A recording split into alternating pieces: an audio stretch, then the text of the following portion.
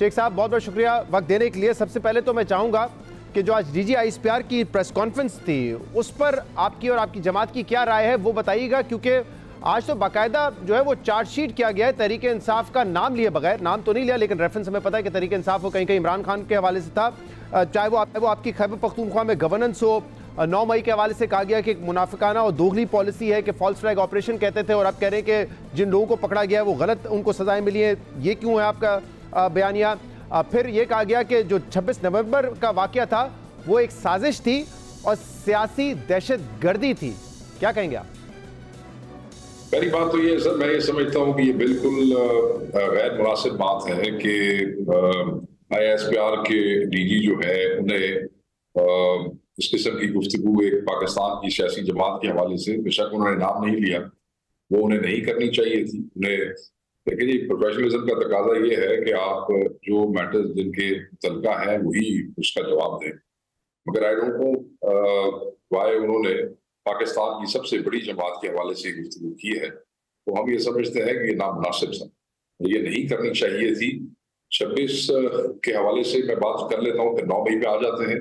ये बिल्कुल कोई साजिश नहीं थी, ये हमारा पुरअमन और एक एहतजाज था और ये हमारा आईनी हक था, और इस आईनी हक से हमें रोकना जो था वो नामुनासिब था। उन्होंने अपनी प्रेस कॉन्फ्रेंस में 2 दफा ये कहा कि जनाब पुरअमन एहतजाज जो है वो सबका हक है। अगर सबका हक है तो हमारा हक क्यों नहीं? फिर आर्टिकल 245 क्यों लगाया जाता है? फिर रास्ते क्यों रोके जाते हैं? फिर बंदे क्यों उठाए जाते हैं? फिर बंदों को ज़दरकोब क्यों किया जाता है? फिर लिस्टें क्यों बनती है? ये कोई इंतशारी जमात नहीं है। पाकिस्तान की सबसे बड़ी जमात को DGISPR की तरफ से एक इंतशारी टोला तस्वुर करना या कह देना, ये बिल्कुल नामुनासिब है। आप शेख साहब, लेकिन उन्होंने वजूहात भी बताई ना अपनी प्रेसर में। उन्होंने बताया कि फायर आर्म्स आप लोगों के पास मौजूद थे, किलो वाले डंडे आप लोगों के पास मौजूद थे। देखिए मेरी बात सुन, हमारे पास कोई फायर आर्म्स मौजूद नहीं थे, कोई आती असला मौजूद नहीं था। हम पहले दिन से 9 मई की CCTV फुटेजेस भी मांग रहे हैं, 26 के हवाले से भी, ये सेफ सिटी है, सेफ सिटी कैमरास के हवाले से मांग रहे हैं।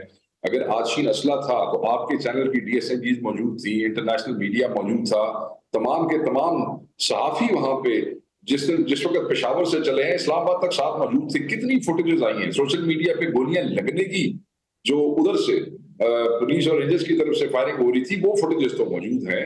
कोई ऐसी फुटेज असले की हमारे लोगों को भी दिखा देना।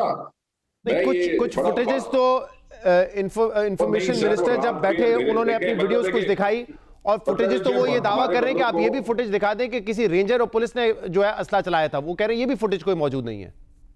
नहीं, क्यों नहीं मौजूद है? ये बिल्कुल ऐसी गलत बात है। अगर आप अल जजीरा की रिपोर्ट देखें, मैं आपसे फुटेज शेयर कर दूंगा। आप कैसे कहते हैं कि वहां पे नहीं है? वो मैंने तो नहीं बनाई हुई तरीके। मैंने कहा जैसे एक आपका दावा है उसी तरीके से एक इंफॉर्मेशन मिनिस्टर का दावा है, हुकूमत का, इंफॉर्मेशन मिनिस्टर का। सर, इंफॉर्मेशन मिनिस्टर की बात को अपना इतना सीरियस लिया करें। उसने अपना वो तो कहता था एक गोली भी नहीं चली, फिर डिप्टी प्राइम मिनिस्टर कह रहा था कि हवाई फायरिंग हुई है, फिर उनके सेनेटर्स कह रहे थे कि जनाब ऐसे नहीं होना चाहिए था, फिर राना सनाउल्लाह साहब ने भी गोलियों की तस्दीक की, तो फिर इंफॉर्मेशन मिनिस्टर को कहे अपना घर ठीक करे।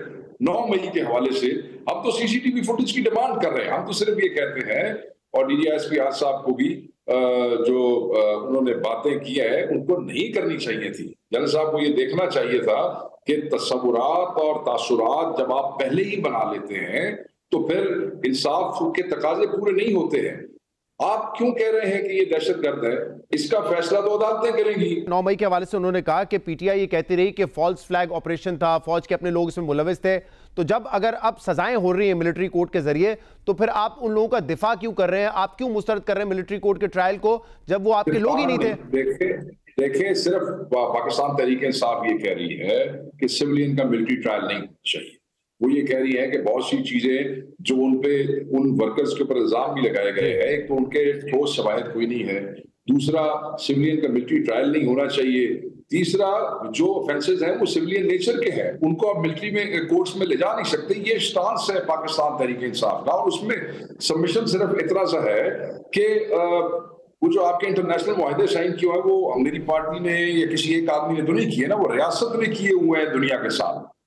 अब वो दुनिया भी आपको कह रही है कि आप उन मुआहदों की जो है वो पाबंदी करें। दिफाई इदारों की तरफ से लगाई हुई अदालतें काबिल कबूल नहीं होती, ना दुनिया में मकबूल है, क्योंकि एक आज़ाद आईनी अदालती निजाम के तहत जो अदालतें काम करती है उनके फैसले की कबूलियत। लेकिन अब शेख साहब इसमें मसला ये है कि आप लोग कहते हैं कि भी जुडिशियल कमीशन बनाया जाए, आप कहते हैं सीसीटीवी फुटेजेस लाई जाएं, लेकिन दूसरी तरफ जो अदालती प्रोसेस है वो तो चल रहा है, लेकिन जो मिलिट्री कोर्ट में प्रोसेस था वो तो अब कह रहे हैं कि मुकम्मल हो चुका है। 85 मुल्जमान हमारे पास थे और तब सबको सजाएं हो चुकी हैं, किसी को 2 साल, किसी को 10 साल, और वो कह रहे हैं कि जो कुछ हुआ है आईन और कानून के मुताबिक हुआ है, उसमें ये गुंजाइश थी और फेयर ट्रायल के जरिए हुआ है। तो आप तो डिमांड करते रहे, लेकिन वो तो केस आगे बढ़ा रहे हैं। देखिए, ठीक है, पाकिस्तान तहरीक-ए-इंसाफ जो है उनसे इत्तफाक नहीं करती है। पाकिस्तान तहरीक-ए-इंसाफ के कायद इमरान खान साहब भी पिछली सजाएं जो लास्ट टाइम हुई हैं अभी चंद दिन पहले, उसको भी रिजेक्ट कर चुके हैं, इसको भी रिजेक्ट कर चुके हैं। हम अपील्स में जाएंगे, वो जितनी रेमेडीज हमें अवेलेबल है वो सब की सब इस्तेमाल करेंगे, वो तो हमारा हक है, वो भी हमें देने को कोई तैयार नहीं है। मैं ये समझता हूं कि उन्होंने बयानिए की बात की है, और बयानिए के ऊपर अपने ज़हन में रखिएगा कि मुल्क में जो कशमकश और ये सारा सिलसिला चल रहा है, इस पे रियासत की तरफ से जो एक नफरत आमेज बयानिया बना के अपने सिटीजन्स को दहशतगर्द बना के पेश करने की कोशिश की जा रही है, असल में इस मुल्क में इंतशार की वजह वो है